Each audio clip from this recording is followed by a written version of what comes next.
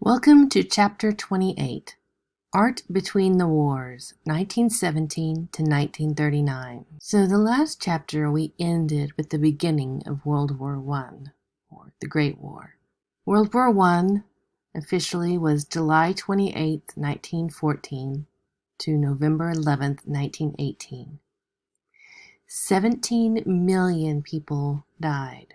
7 million were civilians. 20 million were wounded. Of course, they had no idea that another war was coming a few short years later. The war is going to be a big influence on art and artists, especially European artists, that this war is happening literally in their backyard. One of the other big influence during this time is going to be jazz. Jazz is going to be a big influence during the 1920s. This is the time of course, American prosperity. We've got jazz, speakeasies, radio, early film. We also have some of the largest skyscrapers being built during the 20s. 20s are called the Roaring Twenties for a reason. All of this, of course, ends with the stock market crash of October 1929. And that, of course, ushers in the Great Depression. With the Great Depression, though, we have some economic programs by FDR, Franklin Delano Roosevelt, in the New Deal. This includes projects including the Works Progress Administration, the WPA, which has an artist project as part of it. So we've got all of these influences. Another big influence during this time is Sigmund Freud.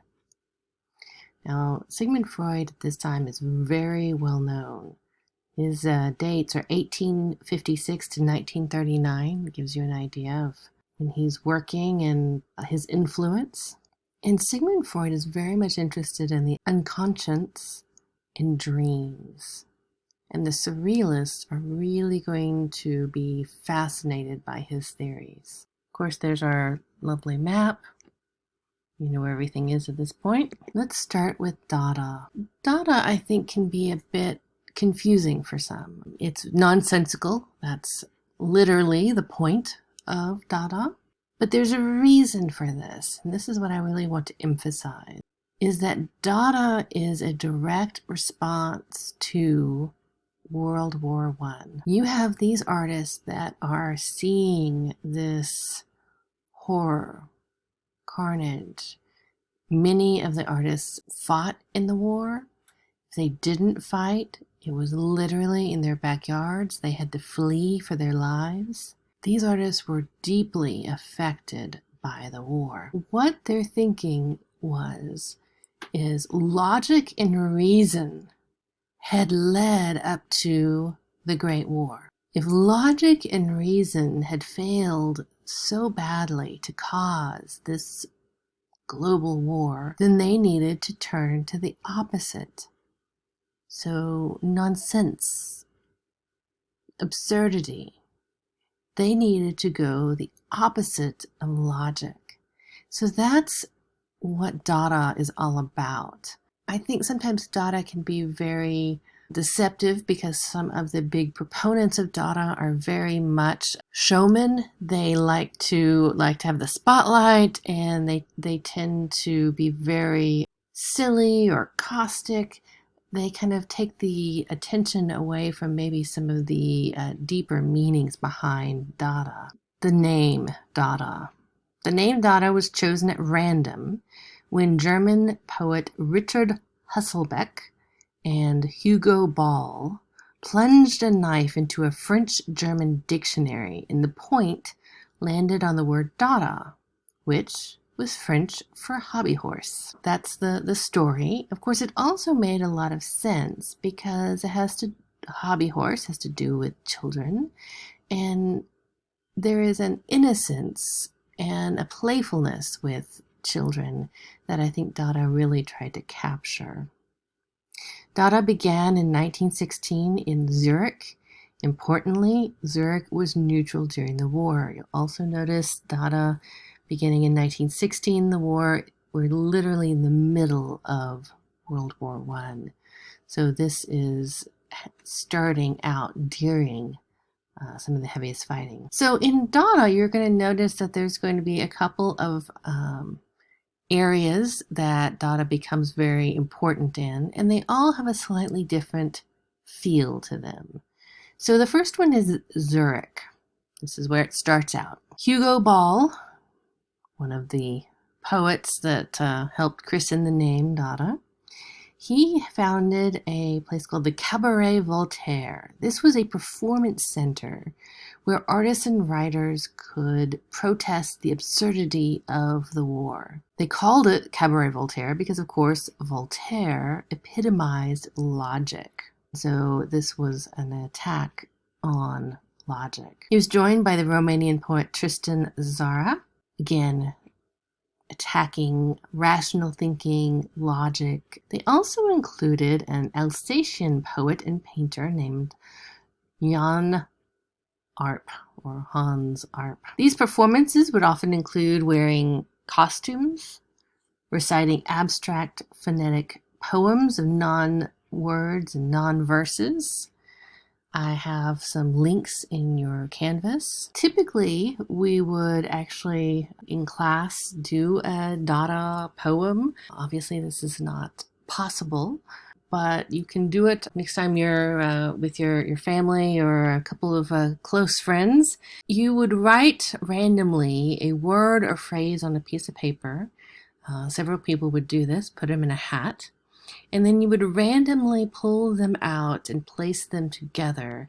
And so you would be making this random poem from these words and phrases. Fun little party game when we are able to go to parties again. So let's start with Jan Arp's The Entombment of the Birds and Butterflies. This is an abstract collage. This is made out of wood. So what he did was he actually would cut pieces of paper and drop them onto the floor. And however they fell on the floor is how he would have the pieces assembled. He actually had someone else actually cut the pieces out of wood. But it's the whole randomness of how these pieces of paper fell. Arp would then paint and assemble these pieces together himself. The title would have come to him last. It was something that he would oftentimes attach, not necessarily referencing anything in the piece itself. Tzara started a magazine called Dada to spread the movement. Again, the movement started in 1916. By 1918, Dada in Zurich had lessened, and by 1919, Zurich Dada had ended. So let's go to New York next. So Marcel Duchamp, along with the artist Francis Picabia, fled Paris and the war in 1915. They started gathering with other artists who had fled the war in New York and created a salon. This was held in the home of the wealthy writer Walter Arensberg and his wife Louise. They published the magazine 291 around this time. This was sponsored by Alfred Stieglitz, who becomes one of the first dealers of avant-garde art in America. Remember, Stieglitz was a very important photographer. So we have Marcel Duchamp. He had already done some assisted ready-mades in Europe, but interrupted by the war, came to New York, and now is continuing with The Fountain. You'll notice that the photography in this one is by Alfred Stieglitz. He submitted the sculpture to the 1917 exhibition of the Society of Independent Artists. This was for artists who did not conform to the conservative National Academy of Design standards. And so Marcel Duchamp submitted Fountain under the pen name Mutt. According to the Society's rules, anyone paying the $6 admission fee could have their work accepted. So technically, his work was accepted and hung, but then at the opening, they actually had the piece removed. At that time, Marcel had many of his friends, he kind of knew this was coming, and had a lot of his friends basically create this kind of a riot around the removal of his piece. So this is technically another assisted ready-made. It's a found object. It's a urinal. It's removed from plumbing and placed in a different position, therefore removing its practical usefulness. The urinal was manufactured by the J.L. Mott, M-O-T-T, Ironworks in New York. He selected this piece, purchased it, turned it 90-degree angle, set it on a pedestal, and then signed it R. Mutt, M-U-T-T. This could be a reference to the Mutt and Jeff comic strip. It also could be a reference to the Mott Ironworks manufacturer.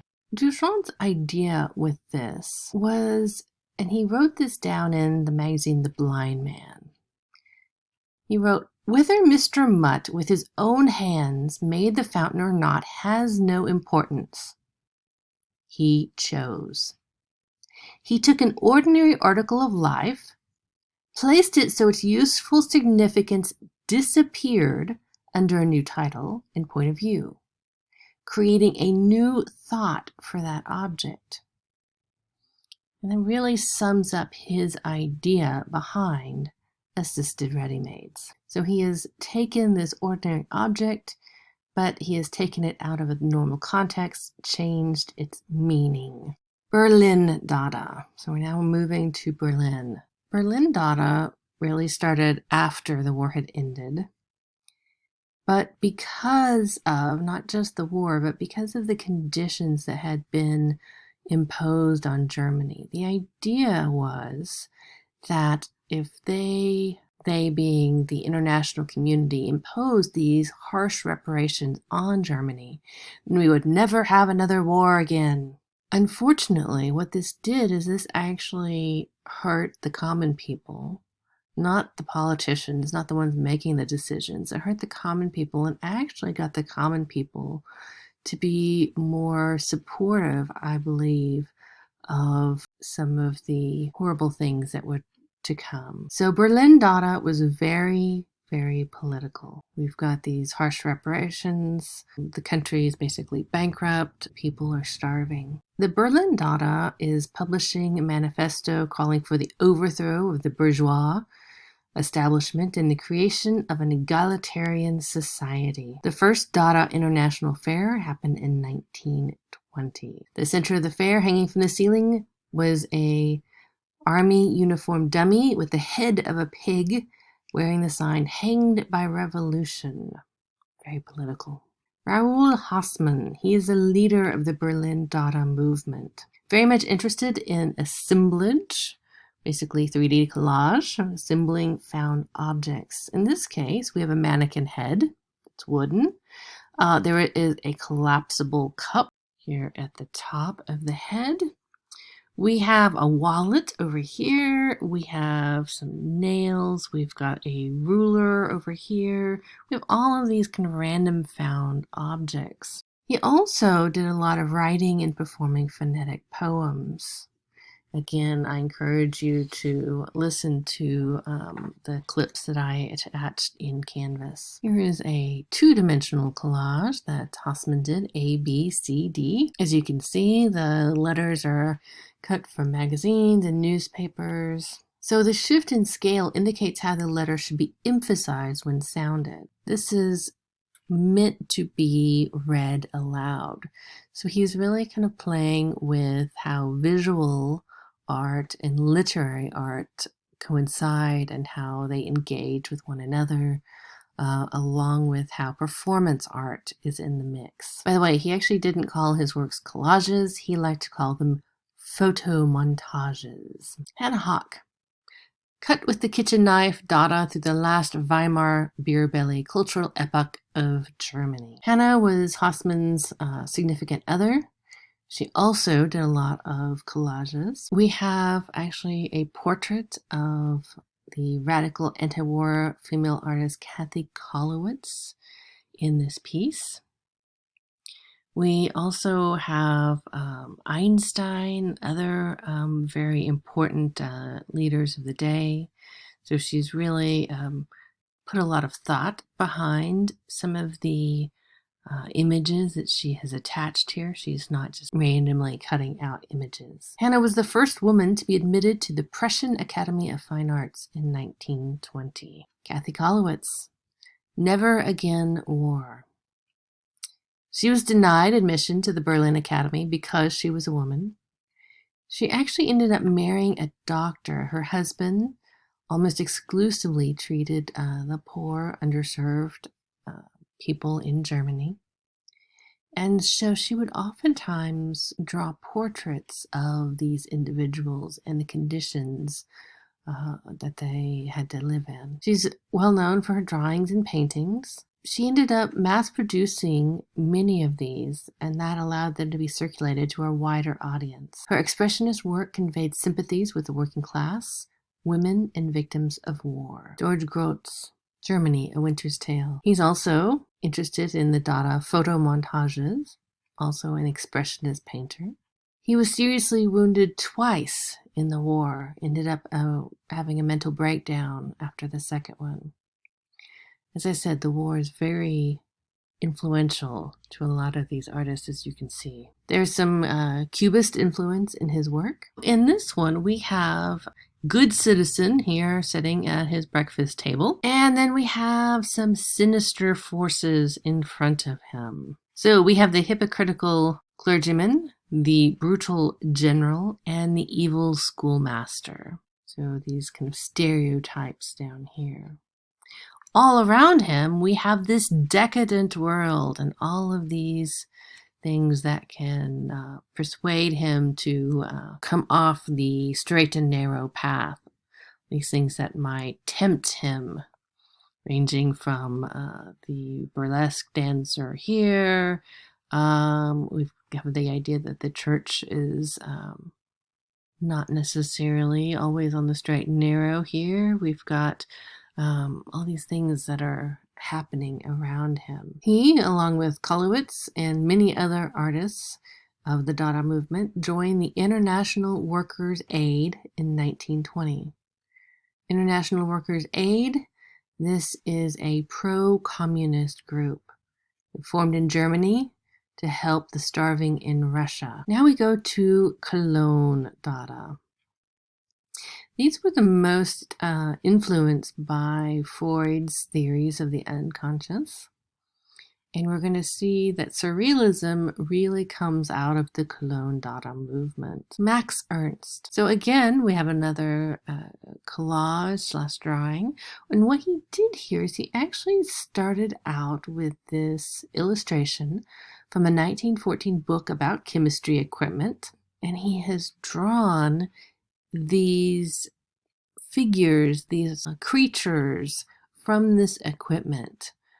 So he's really made them come to life here. He's used gouache, ink, and pencil to create this. Again, he's fascinated by the unconscious and dreams, and we're going to see that in a lot of Max's work. So the Cologne Dada tends to be very witty and irreverent. They really want to kind of, again, push some of these boundaries. There's a lot of connection between all of these Dada groups. Max is connected to art, who is connected to the Paris Dada poets André Breton and Paul Eluard. So we have all of these kind of connections.